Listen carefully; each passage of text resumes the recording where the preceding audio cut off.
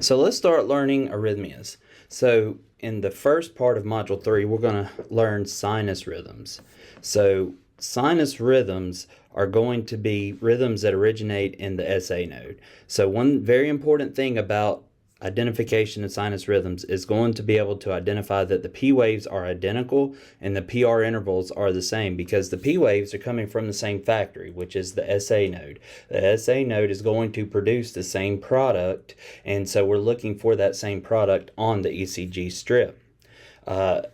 We've got a few rhythms under the sinus rhythms. The first one that we're going to talk about is a normal sinus rhythm, which follows all the rules that we've previously discussed.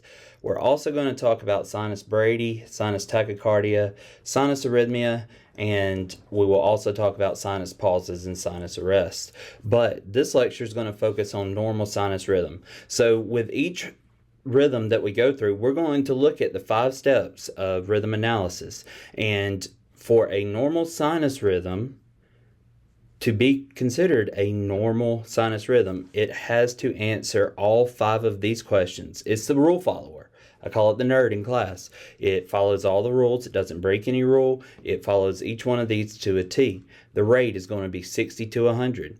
The atrial rhythm is going to be regular, and the ventricular rhythm is going to be regular. There will be a P wave for every QRS and a QRS for every P wave, and the length of the PR intervals are going to be within 0.12 to 0.20 seconds, and all the QRS complexes will look alike because electrical conduction is moving smoothly through the electrical conduction system of the heart, and so we shouldn't have any variances.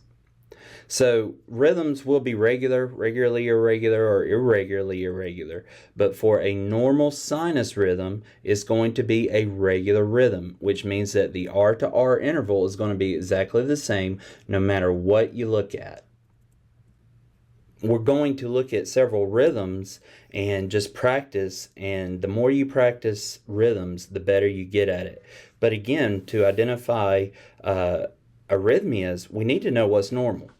So here are some examples of normal sinus rhythm. And remember, not every patient reads a textbook, so it's not always going to look exactly the way that you think that it should look. But if it follows the 5 rules of ECG interpretation, then it is a normal sinus rhythm. So this first one, let's look at it. So number 1, is it a 6-second strip? And I've got 1, 2, 3, 4, 5, 6, 7, 8, 9, 10, 11, 12, 13, 14, 15, 16, 17, 18, 19, 20, 21, 22, 23, 24, 25, 26, 27, 28, 29, 30 big boxes. So that makes it a 6-second strip. So the first step that I want to look at is rate. So what is my rate for this rhythm? And so using the 6-second method, my rate is going to be 1, 2, 3, 4, 5, 6, 60. My rhythm, is it regular? Well, if you take your calipers and you look from one point to the next, one point to the next, one point to the next, you'll see that it is regular.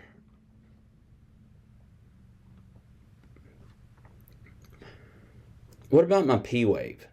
So my P waves, they are upright. They're rounded to a degree, but what's very important is that they all look very similar. Do I have a P wave for every QRS? I do.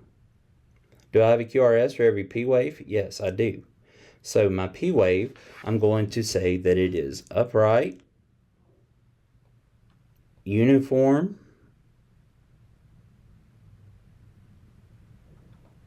and what about my PRI? Well, if I go back and I look at my PRI, so I'm going to measure a couple, but I'm going to look and I'm going to try to find a PRI that starts pretty close to a solid line so that I can measure. So this very first one starts on a line right there and it ends right about there. So I have 1, 2, 3, 4 small boxes, so my PRI is 0.16 seconds. And then my QRS, so I'm going to look and see, do I have a QRS that falls? So this last one should measure pretty easily, and my J point is right in there. So I've got 1, 2, 3 boxes. So my QRS is 0.12 seconds. So looking at my rules here, does it follow the rate rule? Yes. Does it follow the regularity rule? Yes. Does it follow the P wave? Yes. They're all upright. They're all uniform. They're rounded. They're smooth. My PRI, it is less than 0.20 but greater than 0.12. And my QRS falls right on 0.12 seconds. So I can call this a normal sinus rhythm. The next example. It is a 6-second strip. My rate, my atrial rate is 1, 2, 3, 4, 5, 6 is 60. My ventricular rate, 1, 2, 3, 4, 5, 6 is 60. My rhythm, it is regular. My P wave is normal. My PRI, let's measure it. So I'm going to measure my PRI off this first one here. So it starts on that line and it kind of ends just past that line. So I've got 1, 2, 3, 4, 0.16 seconds. And my QRS, let's measure it. Let's go with this one here. So I'm going to measure off of this line here. My J point is right in there. So I've got a QRS of 0.08. Let's look at another one.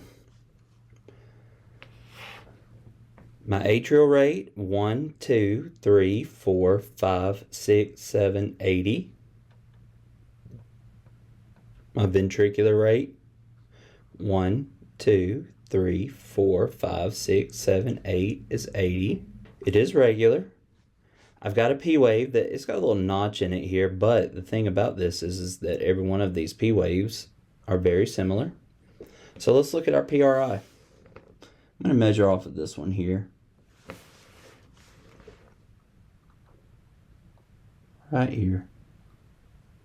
In my Q wave.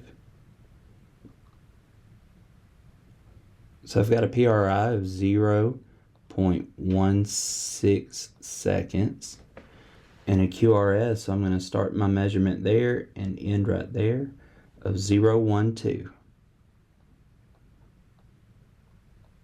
So it follows all the rules, so it is normal sinus rhythm. So practice makes perfect when you are learning these rhythm strips. I strongly encourage you to find different ways to practice these and look at several a day. Even if it's normal sinus rhythm, look at several a day so that you can start to really learn how to interpret these rhythms. And don't forget, always follow your steps. Don't assume anything. Always follow your steps and measure.